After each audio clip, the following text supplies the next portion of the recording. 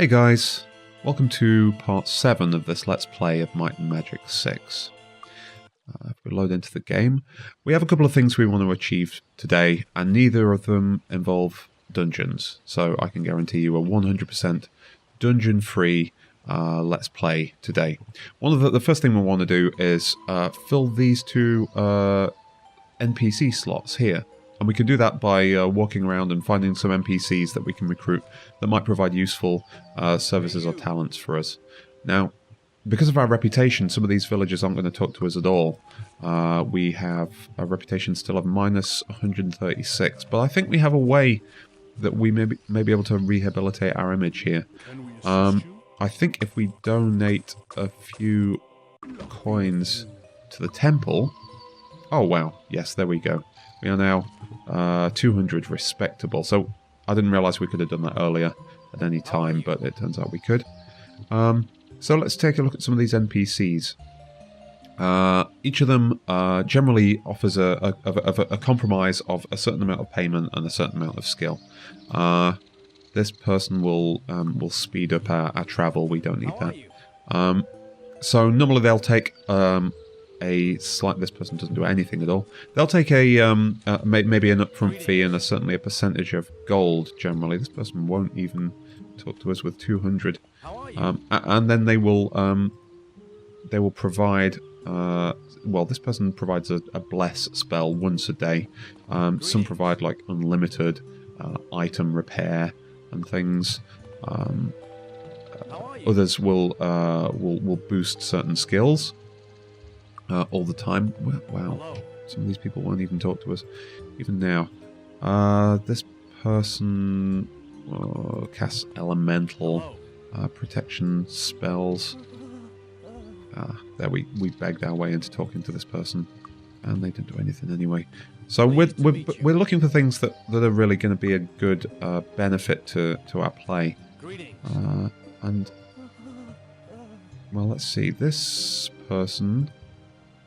Unlimited item identification and a 5% bonus on XP in return for 5%. No, I don't think so. We can do with something that will...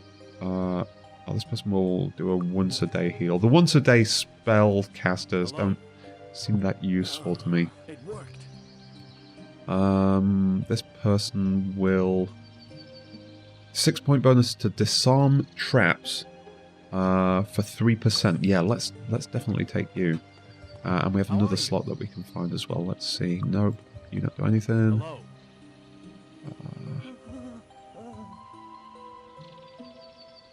That's just a once-a-day heal. Maybe useful, but I don't really want to take it. And you don't do anything. Our reputation has gone down. I think threatening is a bad thing for reputation as well, so we should probably avoid doing that. Wizard Eye at expert level constantly. That actually might be useful. So let's hire that guy. So we've got a couple of NPCs now who are going to help us out a little. Now, travel in this game. As you can see, we used the stables before to get to Castle Ironfist, which is where we're heading next. But we can't do it again. And some of the travel options are time limited or happen on certain days of the week or in certain seasons. Likewise, this boat will take us to a place called Mist, but next day it might be somewhere else, or they may be able to take us nowhere. So we have no fast travel option right now to Castle Ironfist. All we do have is the walking option, and that takes some time. In fact, they all take some time, but it's obviously slowest to walk. Passage of time, because there's so many things that are time dependent in this game, is kind of weird. Your characters will age for one thing. But also a target for a quest may only be there at certain times of year. So you can pick up a quest to go and find something and then go there immediately, and then the thing might, even though it might have been there from when you set out, it might have it moved somewhere else in the world by the time you get there. It's kind of awkward. I don't. I understand why they that sort of thing has gone out of fashion. Okay, so we've walked into the Castle Ironfist map, and we're just going to make our way into the town or the village. Now, these are Temple of Bar followers, and two things jump out to us. Firstly, they're just attacking us at random, despite the fact that the only thing we've done for the Temple of Bar is to help them so far. But I guess that's Doomsday cultists for you. And secondly, is the sort of elephant in the room is that they look well, they're all the same, and they're all dark-skinned, and they wear this robe thing, and it's difficult to tell on the graphics, but it looks to me like they're also wearing turbans. So attacking these followers of Bar, which we will see at multiple points in the game, feels sort of less like battling Doomsday cultists and a little more like sort of ethnic cleansing. This is not the only case in the game where it seems a little bit, I'm sure, unintentionally racist. There are other times. Well, the portraits that you get to choose from for a start, they're all white. But then there are a large number of enemies who are not. And I'm sure they didn't do it intentionally, but it sort of stands out a mile when you play that game today. I really don't know what they were thinking at all. So yeah, there's a lot of mowing down people who look Indian and African in this game, and I'm kind of surprised that it didn't actually make waves at the time in '98, but it definitely feels a little uncomfortable and unenlightened today. If there had been some variety to those, I mean that temple is supposedly the cultists in that temple could supposedly be from anywhere in the story, so it's strange that they just used one sprite. If there'd have been some variety to that, it might have made some sense. Okay, so we're in Castle Ironfist now. The village surrounding Castle Ironfist, and we're just going to go door to door and check out all the vendors, trainers, and quest givers that we may have here. This person is a trainer for shield, but none of our people have shield. Let's see, plate. No one has plate. But this person does have chain armor, so we can spend 1,000 gold. We've got about 20,000, so this is good for a spending spree. So let's get expert chain armor for that guy, and then we have expert leather armor for a couple of our others. This person hasn't got level 4 yet, so they can't train to expert yet, but our other two do. Let's take a look. There's no point in talking to the NPCs, really. We can't recruit them. We've got a couple of ships here for shipping routes, but we don't need to go to there. We're not moving on. Hello, come on in. Okay. Well, just not much going on there. Hello. Let's see what's in here. A couple of people. Helen Teal, the teacher, has expert bowmanship training. This is going to be very useful indeed, because all 4 of our characters actually can train to that. So that's going to cost us 8,000 gold, but it's money well spent. Let's see. This person will let us join the Guild of Mind. That's quite useful. Once you've joined the guild, and it's very cheap to do so, you can enter the guild halls and buy spells from them. There's a number of different ones all over the game, and we've joined a couple already, but we have a couple of bow upgrades that we can make here. So let's grab a couple of better bows than the ones we already have. So you're on a 5d2 bow. You could be on a 5d2 plus 2 or a plus 4. So let's maybe give our paladin the best one. He already had the previous best one, so let's swap that out there. Like that. Okay, so we've upgraded our bow skill, and a couple of characters have just upgraded their bows as well. That's going to be quite useful. What's in there? An armor smith. We have a few better pieces of armor here, for sure. Yeah, I think let's buy a couple of these nice pieces of armor. I think that will give, yeah, our characters, all of our characters here, at least a what is this type? This enchanted leather type, which is an improvement. We'll sell those and then move on quickly. What else do we have? This is the Berserker's Fury Guild. We dropped in here for bow. They will train at the cost of 500 gold any of our characters in a skill that they don't already have. So we could potentially, well, that they don't already have and that they qualify for. So our druid can't, it seems, get plate or something. In fact, only our paladin can. We'll conserve our money there for now, but it's a useful place to go back to. Andrew Besper, the Factor, seems to have a quest for us. Okay. He's had his harp stolen by dragoons.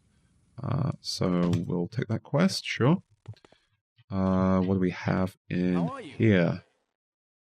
Gordon Styles, the armorer, could join us as an armor repairer, but we're full up. We don't need that. And let's see. This is the stable. Oh, okay, so this person, the stable at the moment will give us an opportunity. So I'm just looking at that horse that seems to be staring at me in a very creepy fashion. I think 1 day a week the arena is open, so let's go there. It must be that we are lucky enough to be on that day. So let's do a quick arena trip. And that takes us to this big empty arena, and we get a chance to do some fighting. If we go to this door and we pick a difficulty level, we should get some bad guys to fight and a cash reward if we manage to defeat them. Now, I don't know how good we are. Let's go with Squire. Okay, we have a few guys here. Let's see.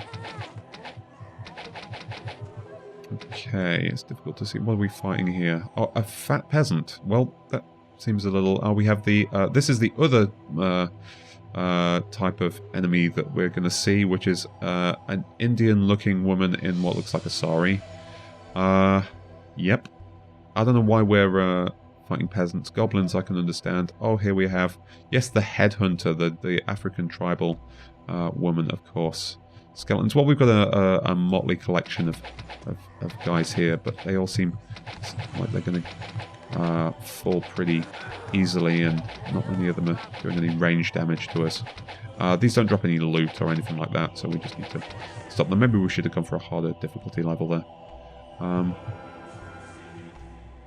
But yeah, they don't actually drop any loot. So then we can... Did we clear it out? I think we did. We can go back. Collect our reward of 600 gold, of which our followers took 30. So that's the arena. Just a bit of additional combat there. A little diversion there. Now if we go up the hill here to, if we ignore all these mobs, go up the hill here to the castle area, we will see what we find up here. Now this person will train us in identification expertise, while our identifier is already an expert. Hello. We don't have anyone with disarm to avail ourselves of the services of that trainer, and we don't have anyone who uses axe, or do we? No, we don't. Okay, there's a thing here that says keep off. Looks like a teleporter, so I will indeed keep off. And let's go around the castle and then finally into it. This person will sell us membership to the Body Guild. for healing spells and the like. That will be useful. And Spirit Guild membership here as well. Thank you. Well, always join the guilds. There is almost no downside to doing that. Expert bodybuilding, I don't believe any of our characters have that. Even trained to level 1. Nope. Temple, again, there's an upstairs to the castle. There's rendering errors there in this very dated 3D engine. Diplomacy, no. Who have we here? Learning, no, but we do need to get learning. I think learning just increases our all the XP that we earn. Nothing there in terms of quests. What's this door here? The King's Library, which seems to have nothing to do. Like a real library. Okay. So that was the temple. It's closed. This is closed. But if we can... Well, 512, we'll come back there at the very end. This place seems to be 3 guilds, Spirit, Mind, and Body. Okay, so we're now members of all 3. So this the guilds will either will train in terms of skills that characters can qualify for. So in this case, all 4 could have meditation. I'm not sure what that does. We may need to buy that. And we can also buy additional spells. So if we look at our body spells that are available here, it doesn't tell us whether we already know these spells, which would be a useful thing to know. But there's nothing here we particularly want anyway. Does it tell us what meditation does? No, it actually doesn't, but maybe we can find out in the character screen, if I actually can find my way to the character screen. Ah, here we are. Alright, so it's just, it's more spell points. Okay. Well, in that case, I think all 4 of our characters could use it. So let's train them all up in meditation. We are getting quite low at this point on gold, but that's okay. Spirit, we do have someone who knows spirit magic. Perhaps, I think a paladin might know it. Let's see. Well, a number of buffs and things here, but let's leave those on the shelf for now. And the mind magic. A number of, similar sort of minor buffs and things. Nothing we really need. Okay, Iron Defense, which is more armor. Oh, maybe we should have put some of this armor instead. We have a Dragon Leather, which is 16. That's the next one up, I imagine.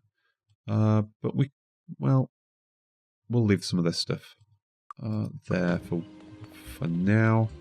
And I think there's a wall up there, but that doesn't actually go anywhere. I think this here, there's a couple of buildings here. Oh, expert swordsmanship. No, he doesn't meet the thing yet. The requirements. And then we have swords here, 2-handed swords. Okay, so we have one character who uses swords. He is currently using a 3d4 one-handed broadsword. So maybe there is something... 2d4 plus 5 is better than 3d4.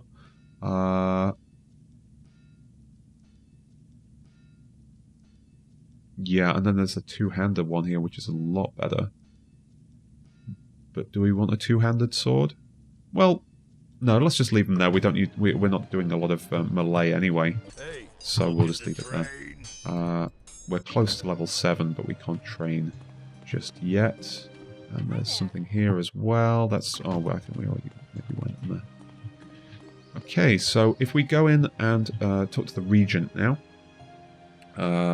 Wilbur, we will be able to pick up our next step in the main quest line. We came here before we were really ready to come here just to get a bit of... just to get our basic bow skills and get some money.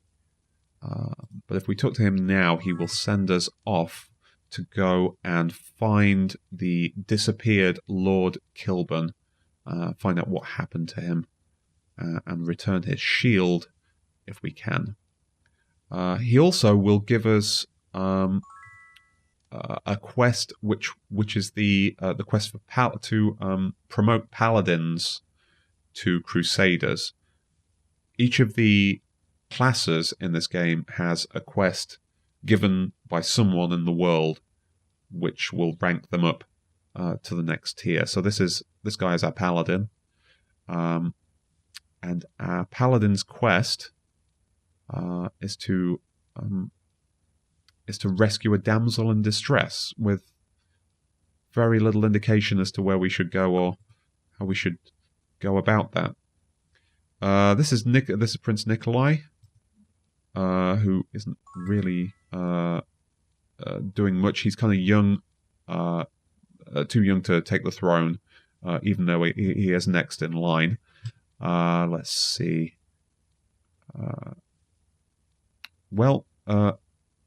He wants us to take him with us, but I don't think we have a space for him. And I think sounds like a very bad idea. Plus, I hate kids. So you're staying there, I'm sorry. For now. So if we take a look at our quests now. Yeah, okay, so here's our main quest. Is to find Lord Kilburn's shield up in Blackshire somewhere. We've got to find the damsel in distress somewhere. The Nikolai thing is somehow on our list as well. We've got a harp to fetch from somewhere south of the castle. And then we've got the thing that we picked up in New Sorpigal. So we've got quite a lot to do in the next episode now. A lot of housekeeping in this episode, but we've managed to upgrade quite a lot of the things about our characters. Spend most of our money on useful upgrades. So in the next episode, we will go and try and find that harp south of Castle Ironfist. Thanks for watching. See you next time.